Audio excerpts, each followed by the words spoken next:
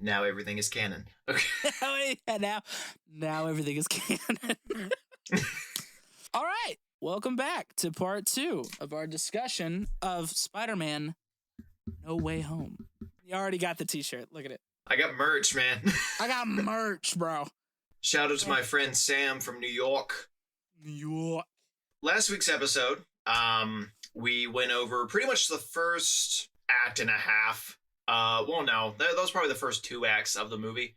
In the first episode, all the way leading up to basically Peter Parker's worst day ever. Yeah. Ever. Just definitively ever.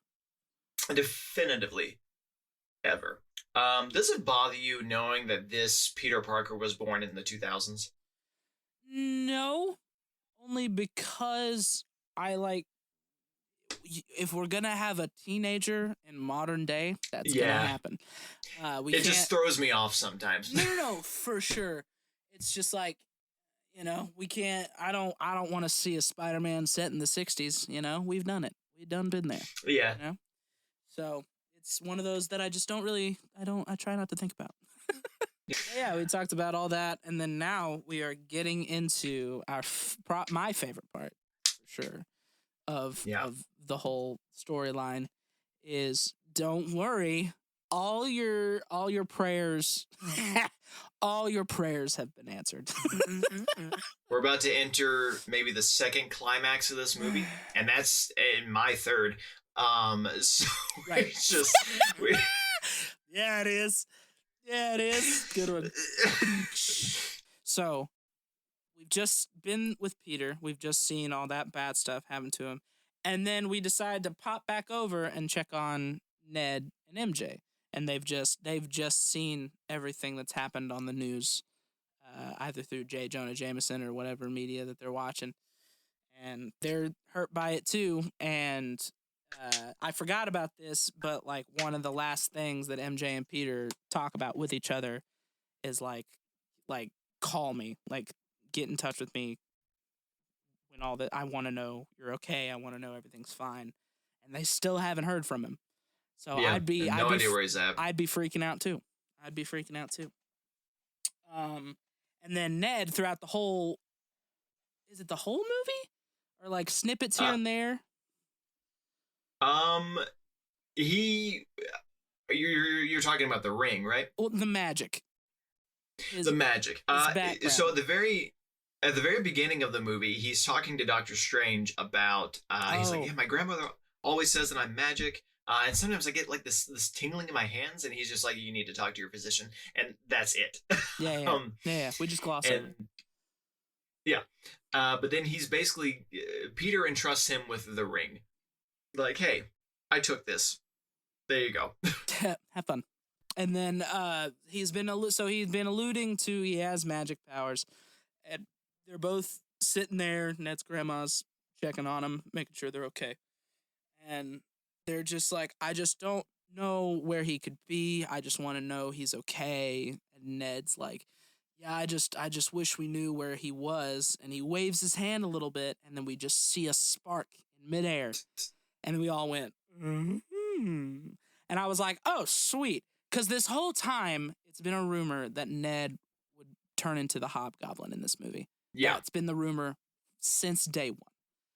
And there were a lot of things that people were like, it's because of this, and then we saw this, and then in this set photo.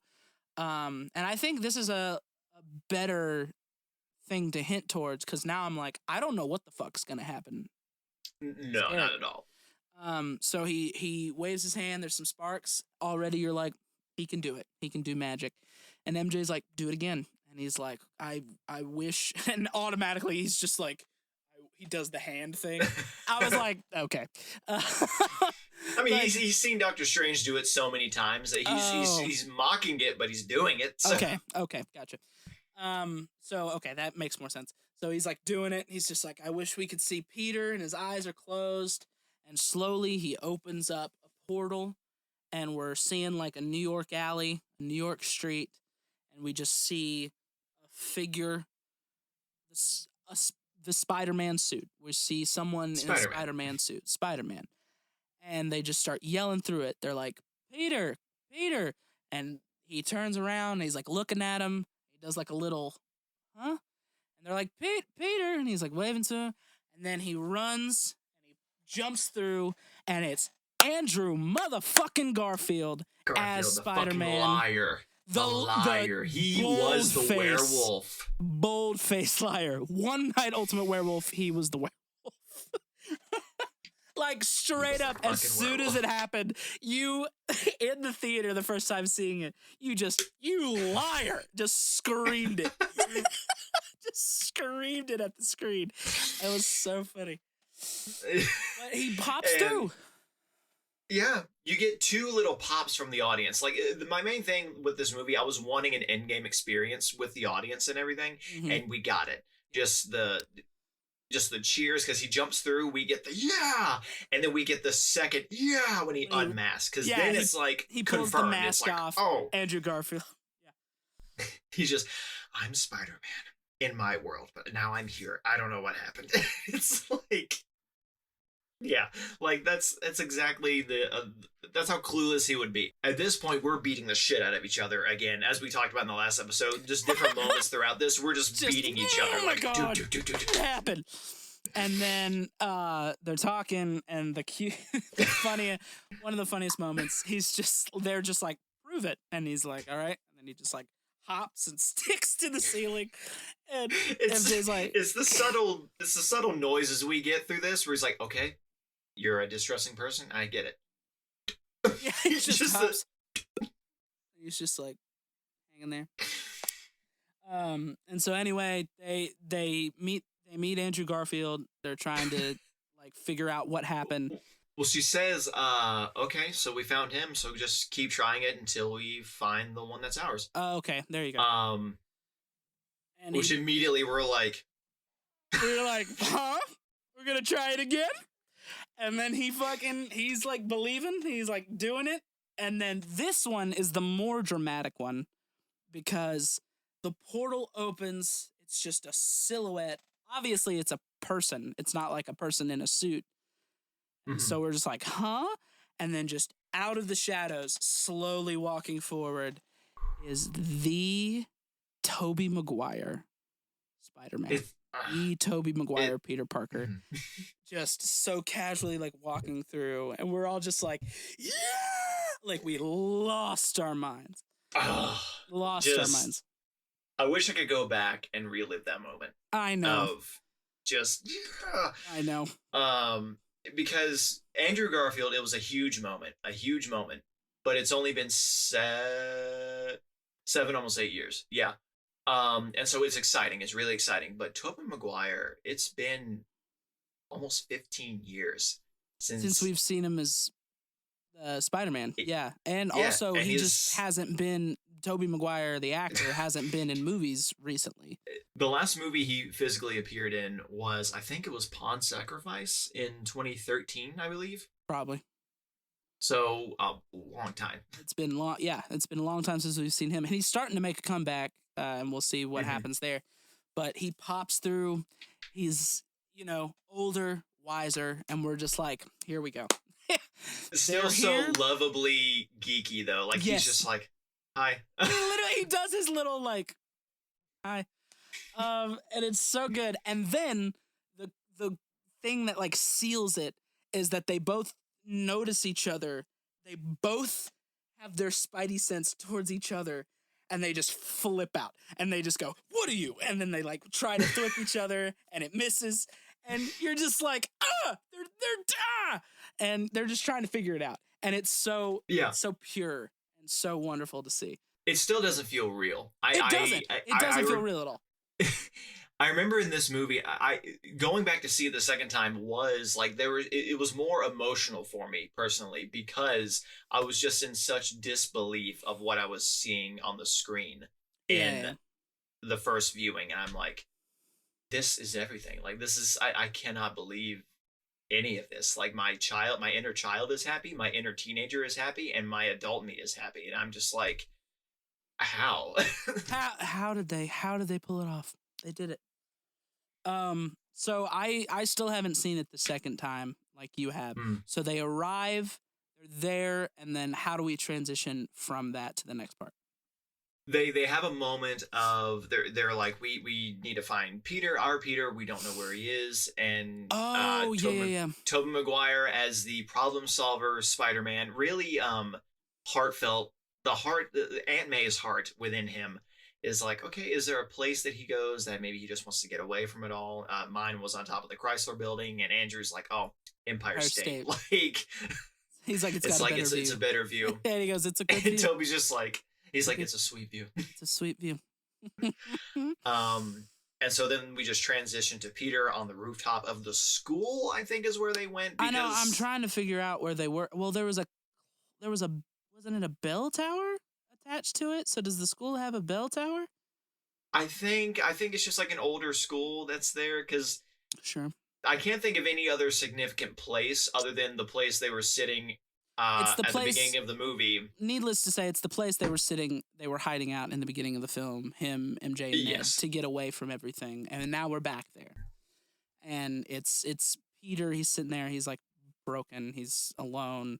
And then is it just MJ and Ned open the door and they find him and they just like embrace him? Yeah, I think they just portaled to him. Because I can't, or maybe they swung. Maybe they swung there because we would have had a moment with the portal. Yeah. And so they get there and they're just having a moment. He's just hugging them, still crying, and they're like, "Hey, there's some people here." And he gets the Spidey sense that both Toby and Andrew felt, because this is the first time there's been more than one Spider-Man anywhere, and so they're all just kind of like experiencing all the senses because they're sensing each other's senses. Right. I assume it's like what we've seen in the Spider-Verse, where whenever Miles first meets Peter, their tingles don't match up at first, but then after a second, it like takes a second to like meld. So I'm assuming that's what's happening. Yeah, it's like haywiring. But yeah, they're like, there's like, we brought some people here to talk to you, and he looks up and it's just the silhouette of them on top of the building, like clinging, holding on to it, and they just pop down and they're standing there, and you're just like, oh, it's here. You're like, oh, they're looking at each other. And then you go ahead and explain this part, because I need detail to relive. Oh, gotcha. So Toby is just being the very gentle person he is. He's like, hey, we're sorry about May. We're sorry about everything. And they're trying to find like that connection that they all have, but they don't have it just yet.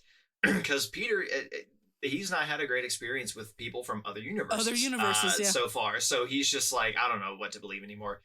And you really just get a moment of them just being really heartfelt of Toby's Peter saying, whenever my Uncle Ben died, I wanted to track down his killer. I wanted him dead, and I got what I wanted.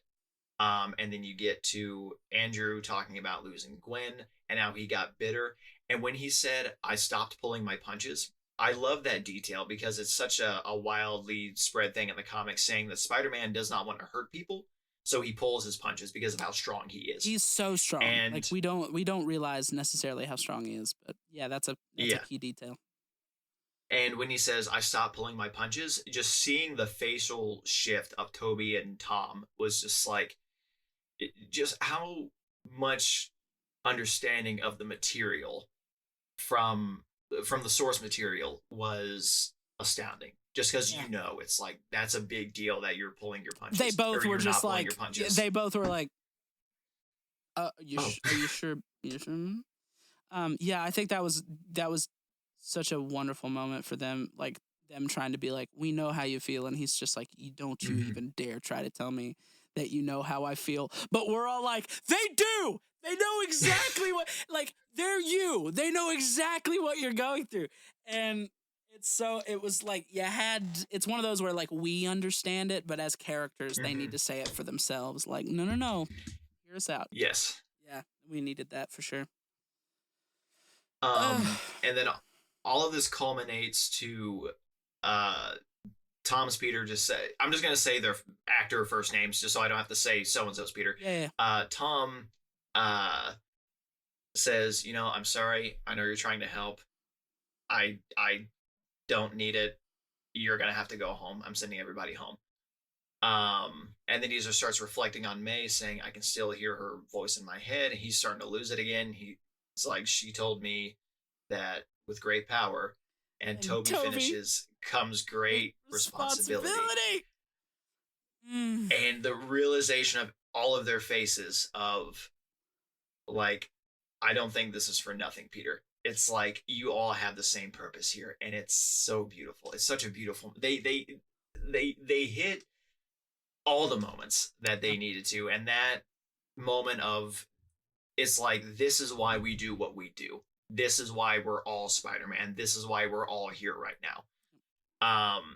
And it just, I could replay that in my head so many times. And I'm glad that, like, because definitively they did not say that phrase in Amazing Spider-Man.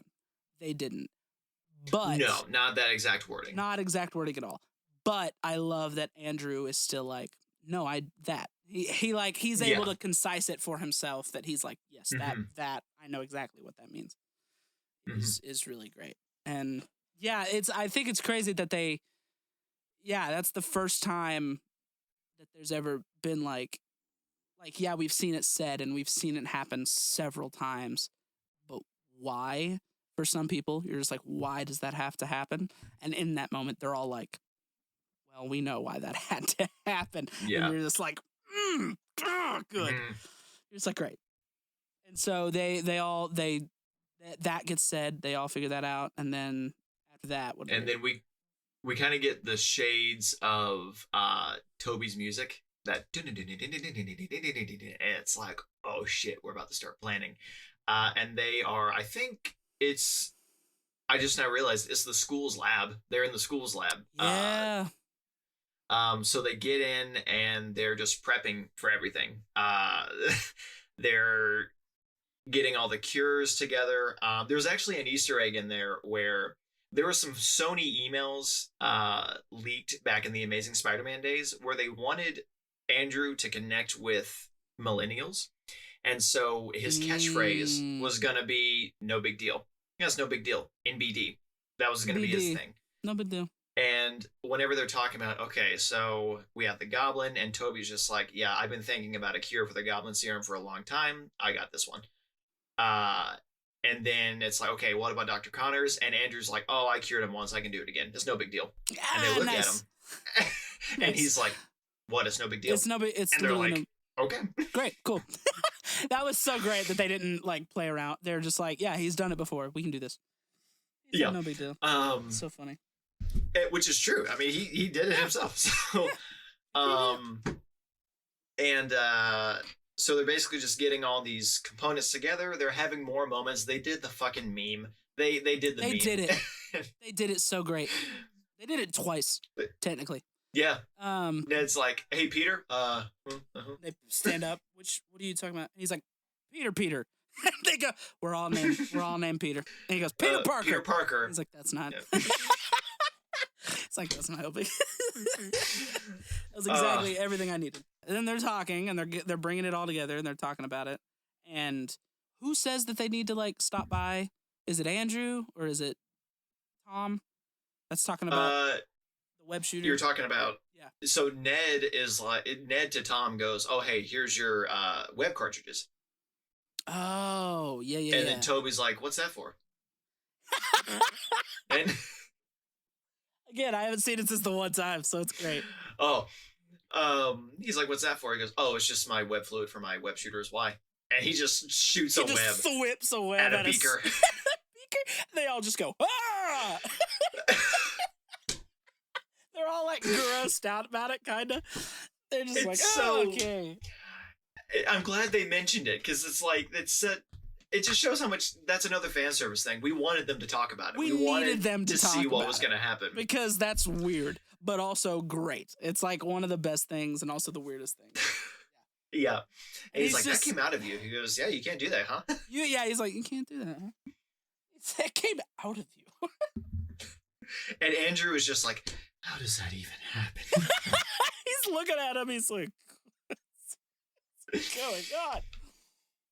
It's, that's so so then after that, at the Statue of Liberty, Peter sends out a video. He calls the Daily Bugle and says, "Hey, have them meet me here at the Statue of Liberty." And the Statue of Liberty is getting a Captain America shield on it for some reason, and because Marvel continuity, they're just like, yeah, you know, like if we had someone save the world and the universe from utter destruction, we'd probably make a few changes for them. You know, that's fair. It's one of those where it's like they didn't need to do it, but I'm like, it's a different universe. It's fine. Yeah, I mean they fight on the shield later, so that the shield gets torn down. So who knows if it's going to stay up? Oh, yeah. Which that's another nod to Hawkeye. Is spoiler alert. Have you finished Hawkeye? Yes. Okay. Whenever Yelena shows up, and it's like, oh, what are you doing in New York? It's like, oh, I wanted to check out all the things. I wanted to check out the Empire State Building. I wanted to see the new addition to the Statue of Liberty. Yeah. And it's like, okay. I was like, cool. Yeah. But yeah, so they're all planning. We finally get to see Peter, Toby's Peter in his full Spider-Man suit. And they're just another great scene in this whole movie is just the three Spider-Men just shooting the shit. Yes. While they're waiting. that was the thing that it's like, not only did we want them to discuss like the web shooters and like certain things about them, but we really wanted to see this little powwow from them. That's like the one thing I was like, if you can give me anything of fan service, I just want to see them just talk. And yeah. It's a brilliant moment. I was just gonna say, I think my favorite is Toby when he's just like leaning against the railing, and he's just like, "Are you okay?" And he's just like, "Yeah, I got back issues, you know. It's my back." And I was just like, "Yeah!" I was like, "It is. He's got a shitty back. He's fucked up his back so bad." I was like, "Thank God they talked about that." Yeah, it's like we got old man Peter here. He's been through so much, and just the way it was just a subtle callback. It's just like we get it. Yeah. He's like, "You want me to crack it?" Yeah, actually, and he's just so pure. And then they bring back up the web shooter. They're just like, "How does it happen?" And he's like, "I don't want to talk. Like, are you making fun of me?" For it, and they're just like, no, we're just so fascinated. Like, they're just like, it's like we can't do it, so we just want to know. So we just want to know. And I love his explanation for it. It's so like thrown to the side, but he's just like, you know, I don't do, like, I don't think about, like, I'm not, when I'm breathing, I don't think about breathing. I'm just doing it. He's like, and I was like, yeah, fair. Like, how the fuck would I'm like, how would he know? How would he know? How would he know how he does it? He just does it. Yeah, that was so good. And then I was like I don't know, I think I was very surprised to like see how, because they bring up, like, he's like, do you ever like run out of your webs? And Toby's like, yeah, I had this like existential crisis thing once, and he's like, and I couldn't, and I lost my powers. And it's interesting because when we're seeing Andrew here, he's like still going through an existential crisis. Like, it's been a problem. He's like the Gwen thing happened. He was depressed. He got out of it, but still he's like, he keeps saying he's just not been 100% the whole time. And he just keeps bagging on himself. And he's like, I don't feel like that great. I'm not that great of a, and Toby's like, you are amazing. And I went, I was like, you son of a, I was like, you know what you did. I love it, but I hate it. I hate it, and I love it. I was like, you know what you did. You know exactly what you just did. Oh, but I thought it was a moment that needed to happen, and like Andrew needed to hear it from another Spider-Man, you know? Or what were you going to say? Sorry.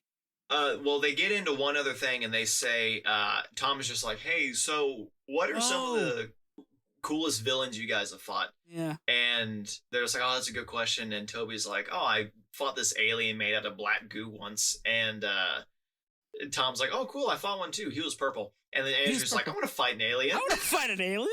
And Tom was like, yeah, I fought him in space. And then Toby's like, hold on, I'm still like, you fought an alien in space? Space. It was like, what? And they're just nerding out. They're having a good nerd moment. Like, oh, you went to space. That's cool. And that's where Andrew's just like, yeah, I'm lame. I just fought this guy in a rhinoceros costume. And it's like, And that's when it's like, oh, you're not lame. What, since we're on like this part, this is something I kind of have a grievance with the movie. Uh, we can clearly see that you can argue that it hasn't been very long for Andrew's Peter Parker since his last battle, because he looks more or less the same. But you can tell, and it's talked about in the movie, that Toby is older. He's a more experienced Spider-Man, his back issues and all that stuff. The thing that caught me on the second viewing of it was I don't like the fact that seemingly that was the last massive threat that Toby had to go through. Like, it's been 15 years.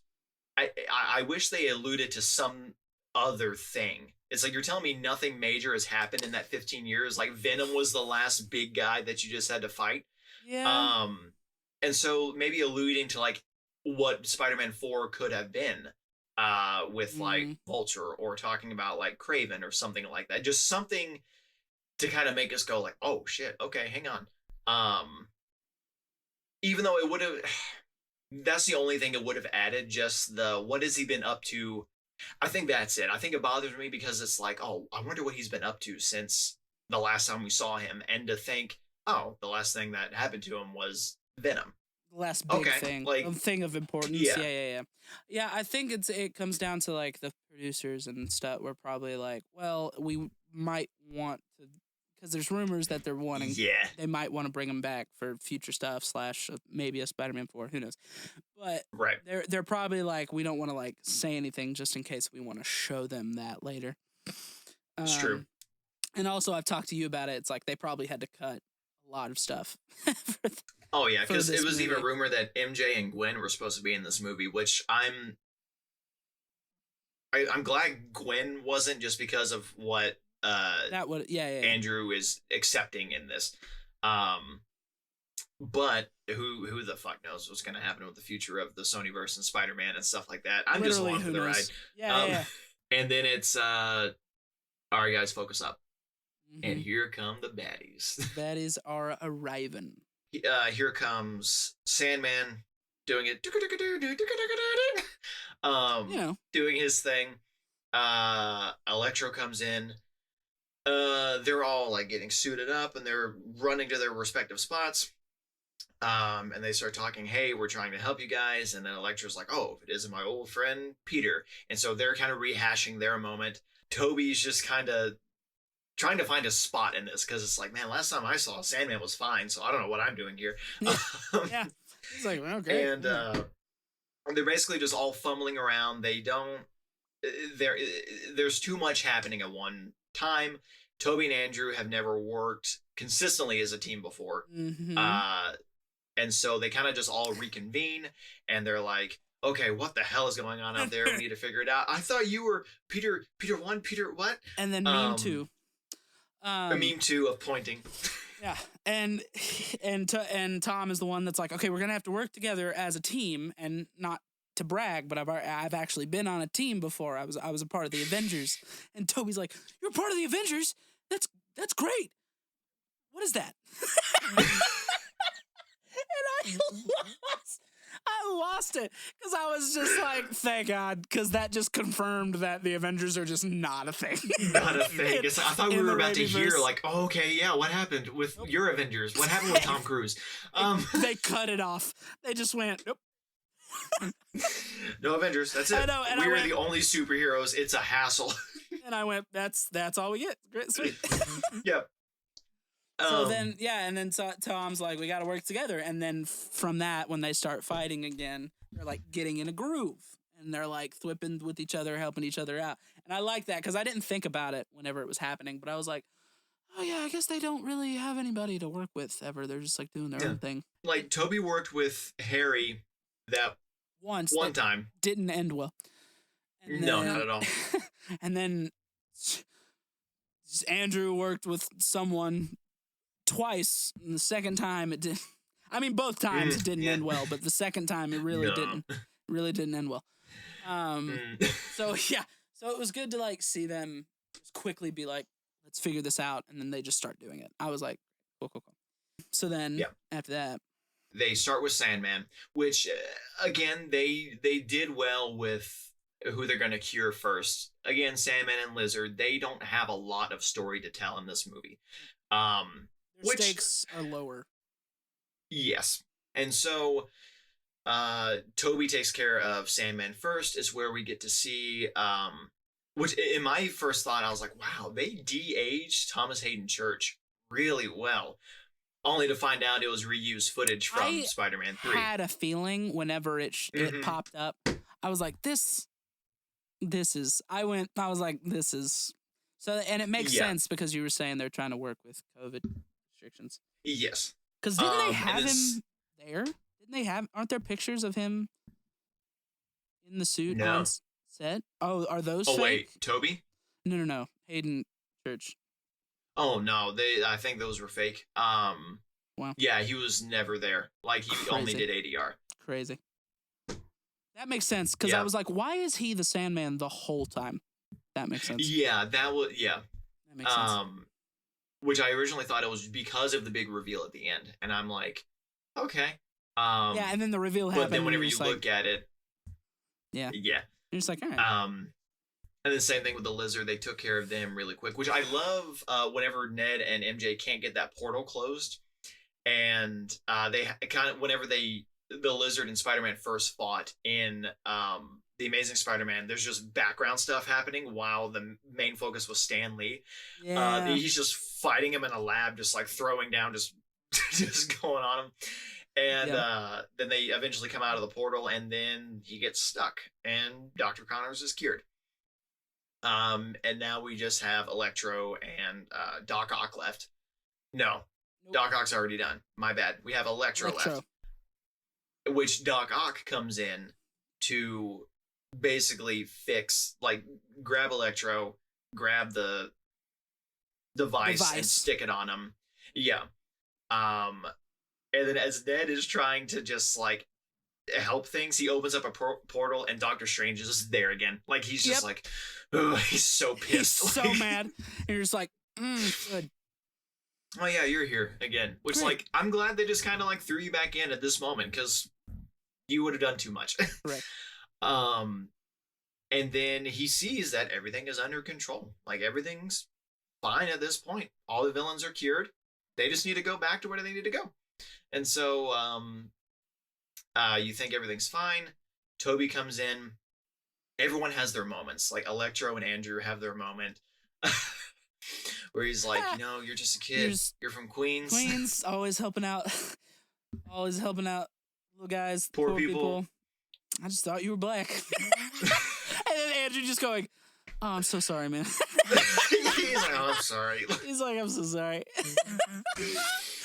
I thought that was great. He's like, oh, it's okay. There's got to be a black Spider-Man out there somewhere, right? And it's like, oh. And then he helps him up, and you're like, great. And then Toby pops down, and he's face to face with Doc Ock, and he, like, pulls off his mask, and he's just like, looking at him, and he's like, how he's grown, how he's older. He's just like, how are you? And he goes, trying to do better. And I was like, my heart. With the score playing in the background, dude. Yeah. The soft Raimi score. Yep. Yeah. That was really good. And everything is seemingly fine. And even I forgot. They did a great job of suspending it.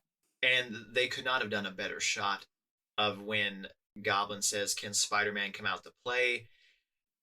Toby has not heard this voice in 20 years, officially, like, in his time. And just the look of just terror on his face of hearing a ghost. Yeah. Is just like, and then he just turns around. He's coming in with the bombs, which I didn't notice, but as the bombs are, like, coming through, Tom is doing, like, the Matrix dodging that Toby did in the original movie.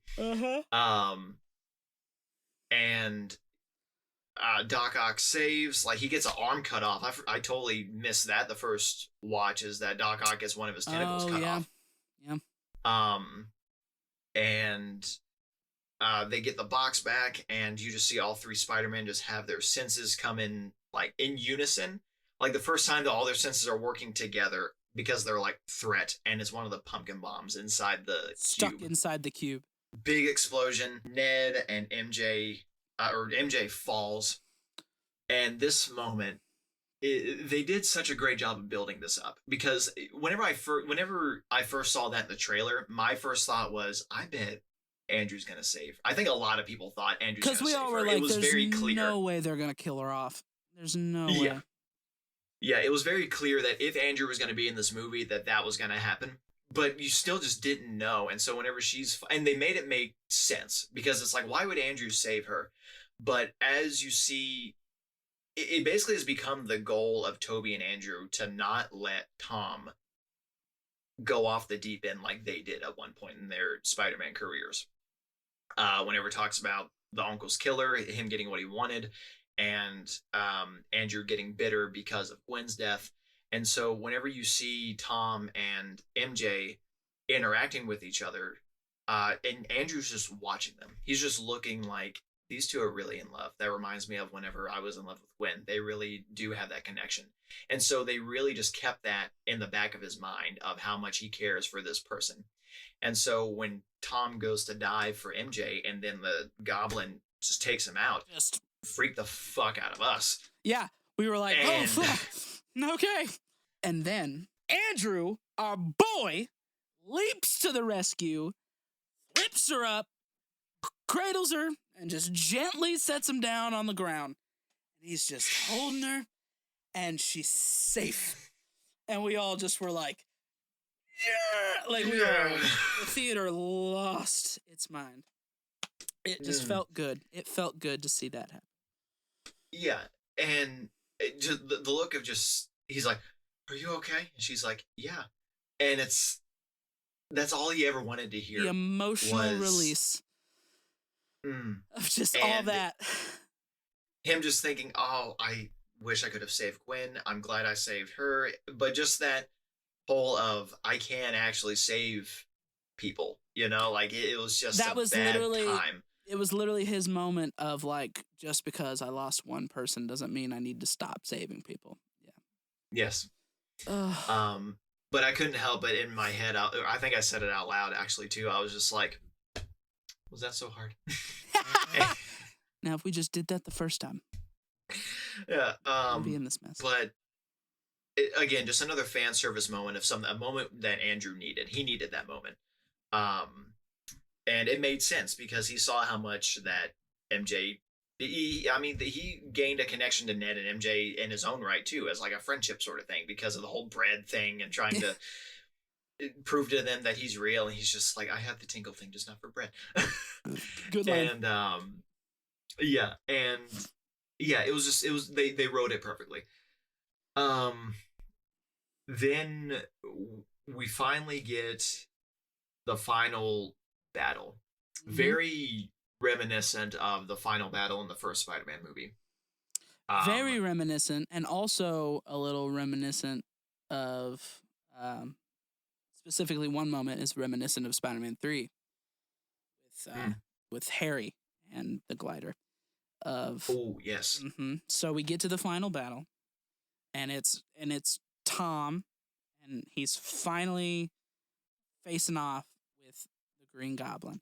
So they're there, they're on the shield, and like daylight breaking, and they're just like duking it out, and they're like going at it. One of my favorite moments is just Peter hopping over him, grabbing him, landing it, and taking him, and then just slamming him into the floor.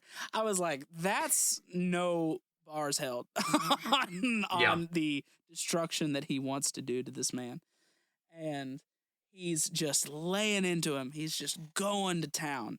And Peter takes his glider, smashes it together, and is just about to just stick it into him.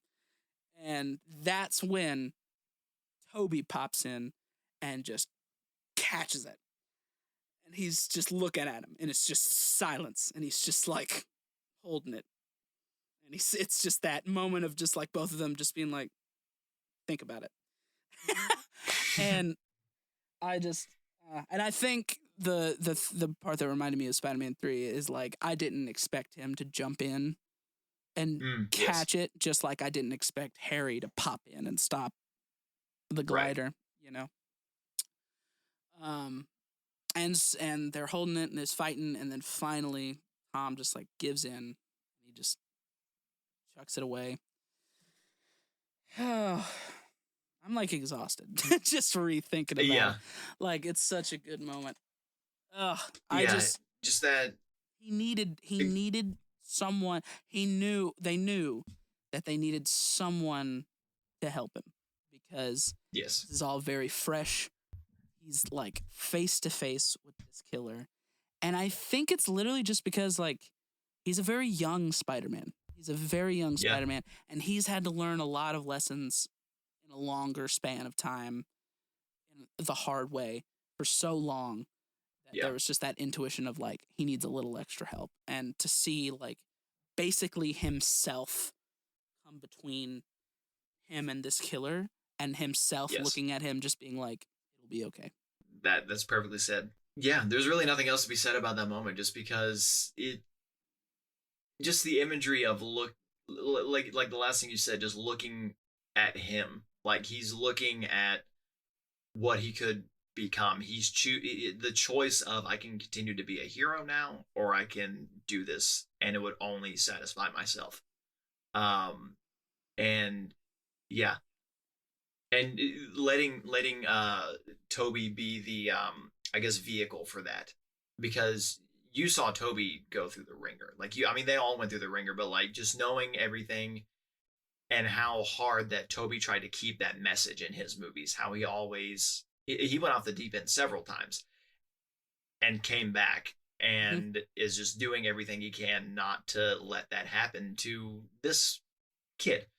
Um and it's where like Andrew and Toby both get their moment of helping Tom not become what they became, like with Andrew catching Gwen, or well, no, with Andrew catching MJ. Uh, that was both. He didn't want to see Tom go through that, and he didn't want to see somebody die. And like he's Spider-Man, so he's gonna help somebody. And so that satisfied that. Whereas this was just more of that. Toby was the father figure of this group. Like he was the dad of the. Well, I mean, they were all brothers, but like because he's older, it's like he was not the dad, but more so just the wiser of the three. Like Yeah. he's the veteran of all of them. Yeah. Um, and yeah, and after that big moment of okay, the right thing is happening, we got the biggest almost jump scare pretty much of this thing. I remember significantly as soon as I heard whoosh, like that, I was just like full on uh what movie was that? There's so many movies where somebody just yells out no like that. Oh, right. Um Obi-Wan Kenobi in The Phantom Menace whenever Qui-Gon gets Qui-Gon. stabbed. Yeah. And he's just like, no! I was just in my seat going, no! Because I thought we just saw. Because I was like, no, I don't want to see it. It makes sense, but I don't want to see it. And he's just down, and Goblin gets that final line. Go ahead. Basically, for those listening, the Green Goblin took his chance, Oh, yeah. stabbed Toby just in the back, just outright Yeah. stabbed him, and we all just went "fuck you," and then okay, then continue. No, sorry. Yeah, just to fill in the blanks there. Yeah. Yeah, and it's like you motherfucker, and he gets one final monologue in where he says, shit, what did he say? He said, Peter, he goes, I may have struck the blow, but you are the one that killed her, talking about May. And it's like, oh man, Toby's out of the picture right now.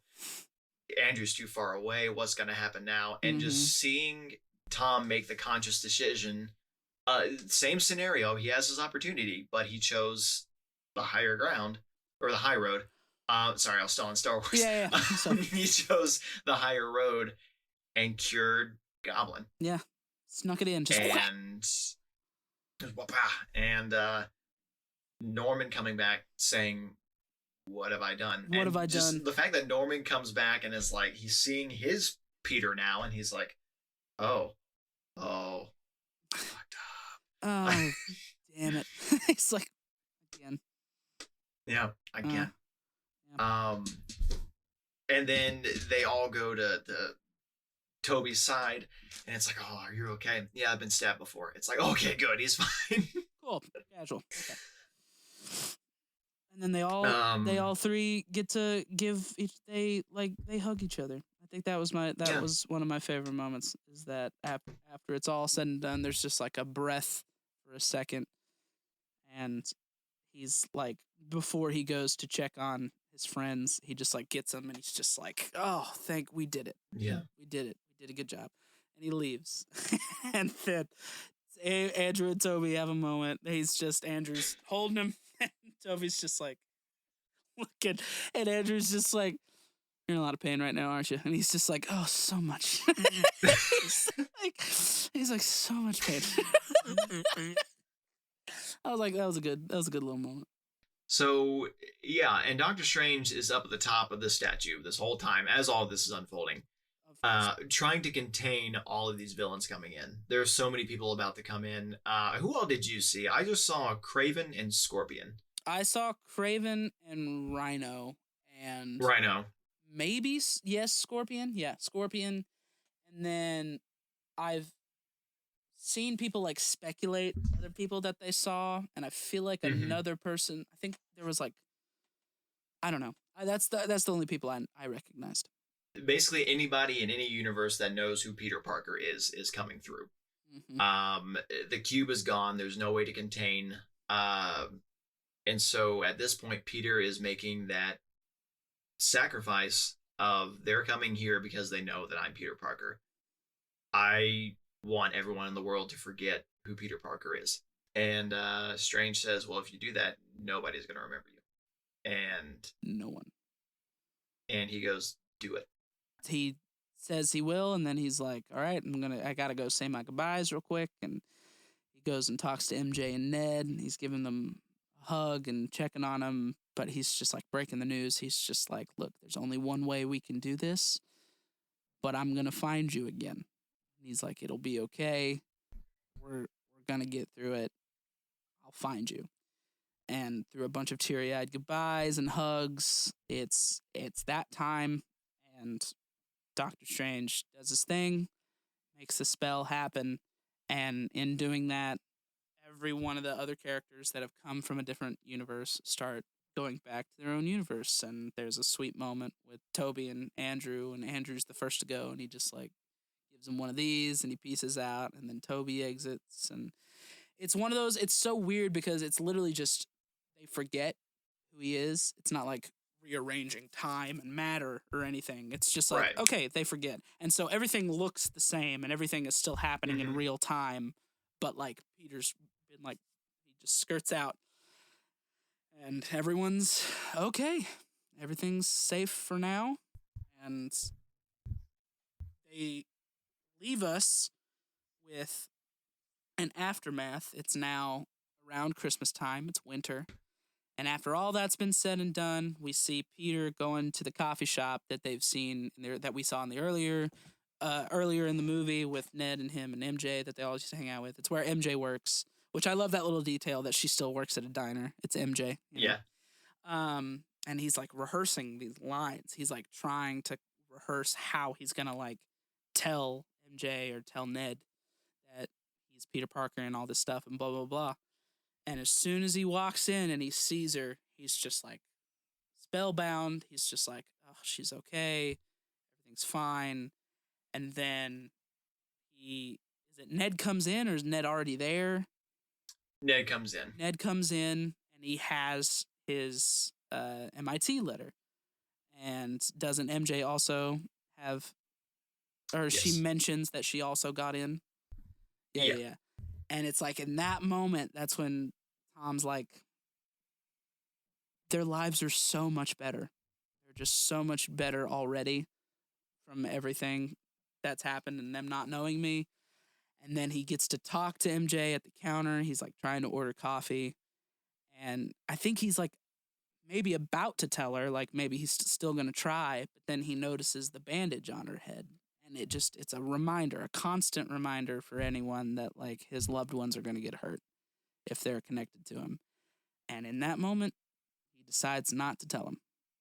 And as far as we're aware, from here until whatever happens in the future, Ned and MJ, no one knows who Peter Parker is. So the movie ends with him having a brand new start. And let me tell you, it couldn't have been a better brand new start, because I think so. This is where a lot of the controversy I think will come in, because like it's a bold choice what they're doing to basically just start him over, but not start him over. But at the same time, as soon as that coffee shop scene happens, we jump and we see him start to get his life together. He moves into a shitty apartment. He sets up his bare minimum things. He's got a police scanner on his phone. And we see him hobbling away at a sewing machine. He's making his new suit. And then the last few shots of the movie is him swinging out of his apartment in his new Spider-Man suit. He's now, in my opinion, and probably your opinion, he has officially become Spider-Man. Like actual Spider-Man, the one that we've been waiting to see. And that's all that they've left us with thus far. Except the end credit scenes. So, because yeah. So basically, in the first end credit scene, we see Tom Hardy as Venom in a bar, and we're like, "Oh yeah, remember that little teaser?" Spoilers. Remember that little teaser from Venom 2 when he gets sucked through time and space into another universe, into Tom Holland's MCU Spider-Man universe? He's not been here this whole movie, and so we're like, "What is happening?" They just jerked us around, didn't they? And he's trying to get together, like, this new universe. He's learning about the Avengers. He's learning about Tony Stark. He's learning about Spider-Man. And then all of a sudden, in a white light, he just gets sucked back. And you're just like, cool. Okay, well, guess that wrapped that up. But then the camera pans down to the bar, and there's a little speck of that symbiote that just starts to crawl, and then it cuts off. And so I'm saying it right here and now, the next trilogy that they are working on is they are trying to build up Tom Holland getting into that symbiote suit, because he's now gone through the worst thing he could ever go through. And so I think this makes it like deserving of him getting that story arc, because the reason Spider-Man falls into that symbiote is because like life's shitty, right? Like in around that time, and the symbiote gets onto him and all this stuff. So I think that's what they're building up in that next trilogy. I don't think it's going to happen for Andrew Garfield's Spider-Man. Everyone quit talking about it. He's missed his opportunity to be in the black suit. I'm sorry. He's not getting a black suit. And if they did do that, it'd be dumb. I'll just say. Yeah, because at that point, you now have 3 versions of Venom. And that's too much. One is enough. One's enough. And so introducing that to Tom, that's cool. But yeah, Andrew's time, like you said, has passed for him to be Venom. It would have, which I have a lot of thoughts on how the Amazing Spider-Man 3 could have gone and how it would have been a perfect time. But it is what it is. But again, it just would have been a copy and paste of the first trilogy of the third movie being, you know what I'm saying? Mm-hmm. And so the future for Peter Parker, as far as this one goes, I mean, there's already another trilogy confirmed. They want Tom to come back to do it. It'll be college year Peter Parker. I mean, we have Venom that's being alluded to, so who knows? I mean, there's a lot of open opportunity here. He's going to get his GED. I assume he's going to try to live a life as Peter Parker as well as Spider-Man, and just keep loved ones safer. But the fact that that nobody knows, he has all it's all disconnected now. Like Happy doesn't know who he is. Yeah. Yeah. And he gets to be this independent hero that's just kind of. And what's interesting is that everybody knows still that Spider-Man is a thing. True. To my knowledge, all of the events of like Infinity War and Endgame and all of that still happened, but it's just, oh, that was Spider-Man.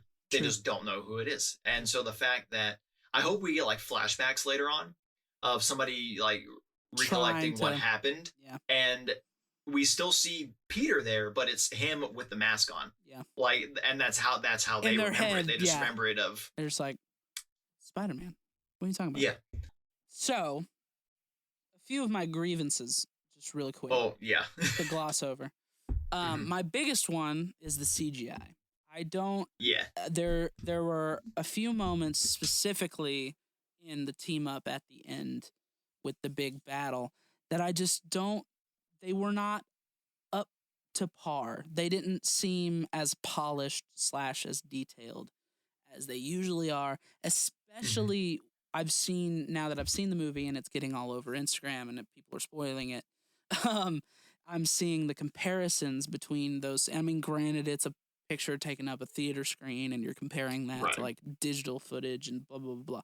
But still, you can tell that there's not as much detail in No Way Home for those scenes, specifically in the Spider-Man suits, as there were in their previous iterations. Like the Sam Raimi suit, the eyes were like the biggest thing about that suit, and the raised webbing was the biggest thing about that suit. In the movie, it just looks like the webbing's printed on, and so that you could chalk that up to like he's older and he's made a new suit and blah, blah, blah. Sure. But the lenses, they're just like white. They're just like blank white. And with Andrew Garfield's Spider-Man as well, because they've made it such a point in the second one to show off the CGI and how detailed everything is. The eyes had like a glassy, sparkly thing to them. And again, in this, it's just white, just stark white. And I'm like, I hate it. I hate that. One of your grievances. That just I prefer like practical effects over, which I mean, and it's not so much. I mean, there's a lot of practical stuff like in this movie. I've recently found out through videos of like behind the scenes stuff coming out, but just unneeded CGI or just unpolished CGI. Like how? Because I just showed a clip and we took a break and I showed him that web swinging scene in the second Spider-Man movie where he loses his powers for the first time. That was all CGI. The fact that was not a real person just with a green screen, and the fact that some of the CGI in 2004 and even 2014 looks better than what we have in 2021. It's just, I would like. You would expect things to look and feel better, but it still just kind of feels rubbery. There was a moment where whenever he goes to talk to Dr. Octavius and he pulls his mask off, it doesn't even look like the mask is connected to his hand whenever he goes to pull it off. And it's so, I don't know what the need for that was. I don't know how hard it was just to have him pull off a mask really quick right there. Well, you know, they're working with the parameters that they've used in these previous two Spider-Man, Homecoming and Far From Home, where his suit's just CGI and they rarely use the physical suit, and so they probably were just like, we'll make a quick. But also, again, we've mentioned that they were probably pressed for time and pressed to get this released. That they probably were just like, it's good enough, get it out. And then my hope is that from its release until it gets on demand or on Blu-ray and all this stuff, that they're gonna remaster it and tweak some stuff, and then once it's out and about, that it'll be. But who knows if they'll even do that? But as far as a different grievance, I guess like with them curing them and sending them back to their respective worlds, one of two things has happened. One, especially with Green Goblin and Doc Ock, which if you look at the first Spider-Man movie, whenever he goes, oh, like that right before he dies. I've seen this. Is that when he pops back in? Like, are they going to make that a thing and he dies anyway? Same thing with Doc Ock, because if he gets sent to the time that he's choking Peter, he sacrifices himself to drag his machine into the river. So did that mean anything? Or two, did it mean something? And now the previous 5 Spider-Man movies that have come out, are they just retconned? If they Mm. did heal the villains, you know what I mean? And so does Mm-hmm. that set up for, if they did do a Spider-Man 4 and an Amazing Spider-Man 3, does that set up for this alternate reality in there? That's a great point. And where does the TVA come in? You know what I mean? Because they have Who's severely taking care of this now? Yeah. Well, I mean, the TVA is broken, so I guess that makes sense in that aspect. But it feels like, which I mean, all of these things are happening at one time because WandaVision things are fucked up, Loki things are fucked up, and now things kind of got fucked up with Multiverse of Madness. So I guess Multiverse of Madness is gonna be the finale of all of this going on, and just seeing how that's gonna piece together. Because I mean, we want to talk about No Way Home rumors. There are so many rumors for Multiverse of Madness, like too many. Like the X-Men are supposed to be in it. I saw Eric Bana is rumored to be in it now from his Hulk movie from 2003. And I saw that Tobey Maguire is going to be in the movie, and I'm like, I've heard the Tobey Maguire one for a long time, and yeah, my only thing, I was like, oh, so Multiverse of Madness is going to deal with WandaVision. In the trailer, they totally negate that. He just straight up is like, I'm not here about that. And I was like, then what? Then what's happening? Immediately, I was like, then what are we doing? Yeah. And then the only other grievance that I'd like to mention is like, it just seemed, some parts seemed a little fast paced. It seemed like they just did something and you're just like, oh, we just got to accept that. Cool. And so it makes me think of like, would they release an editor's or director's cut / extended edition? Because this is the biggest Marvel movie ever. And so I feel like it wouldn't hurt them to do that, but at the same time, do they want to put their time into that? And like you said, like a lot of things had to change and get maneuvered because of COVID and time restraints and all that stuff. So who knows? But if there were something that I'd like after this, it would be to have like an extended edition or a director's cut of this movie. Oh yeah, because it would easily have one. Mm-hmm. Yeah. I'm just ready for more behind the scenes on this. I'm ready for bloopers. I want to hear the next time that one of them is on a talk show. Like, I just want there to be dead silence, just staring at Andrew Garfield, just. Hey. Really? Yeah, because Tom has already done an interview talking about how funny Tobey Maguire was on set and how excited he was to be back in the suit and everything. It's just like that, and that's good to hear because just because with actors, like, you never know when they're going to kind of be tired of something, you know? And so because he's associated with Spider-Man so much, and whenever he does like other projects, is that the only thing he's going to hear about? Like Andrew Garfield with Tick Tick Boom. He was on the press tour for that, but people kept asking question after question of like, are you in the new Spider-Man movie? Are you doing this? And he's just so exhausted for it. And now that he actually is in the movie, it's like cool, he got to talk about it, but not really. But he didn't get to talk enough about his actual like movies he was already confirmed in. So it's like, from that aspect, it was very frustrating, this whole process, I'm gonna go ahead and assume. But I'm just excited to see like what the interviews and everything are gonna be like now that it's out in the open. Yeah. That's gonna be they're already setting those up and they're already getting them done, and it's gonna be a wild time to hear about. This is just, and again, to just put a little button on it, this is everything I could have wanted and could have hoped for, and then some. And could we be nitpicky? Obviously, but at the same time, I'm totally content with what we got. Yeah, I mean, as far as just, it was enough satisfaction of the other two Spider-Man stories. It was a great button to this trilogy. I mean, every movie has flaws. That's the thing. Yeah. But as far as like what they were given, putting in the time constraints, putting in how much they had to nod to from these previous movies, as well as trying not to cloud up this finale for Tom, that's something I think that they did well. They balanced the nostalgia and the what we have now without taking the focus away from Tom, because it was still Tom's movie, and I think that that's the most important part of this. I am satisfied with this finale and the celebration of Spider-Man and everything we've seen from the character thus far in our entire lives. Yeah, it just makes me anxious to see what they're gonna do in the future, for sure.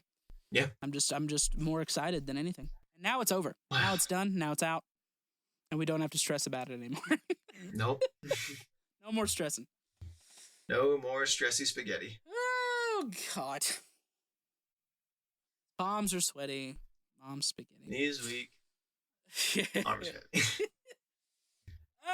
Well, okay, I think that wraps it up. Sorry, we've talked about Spider-Man a lot thus far from the beginning of our podcast. We're probably going to take a break from Spider-Man. Yeah, we need to go and do a whole 180. We're definitely bringing you some more content, but this was just, it happened right around this time when a lot of Spider-Man things were happening.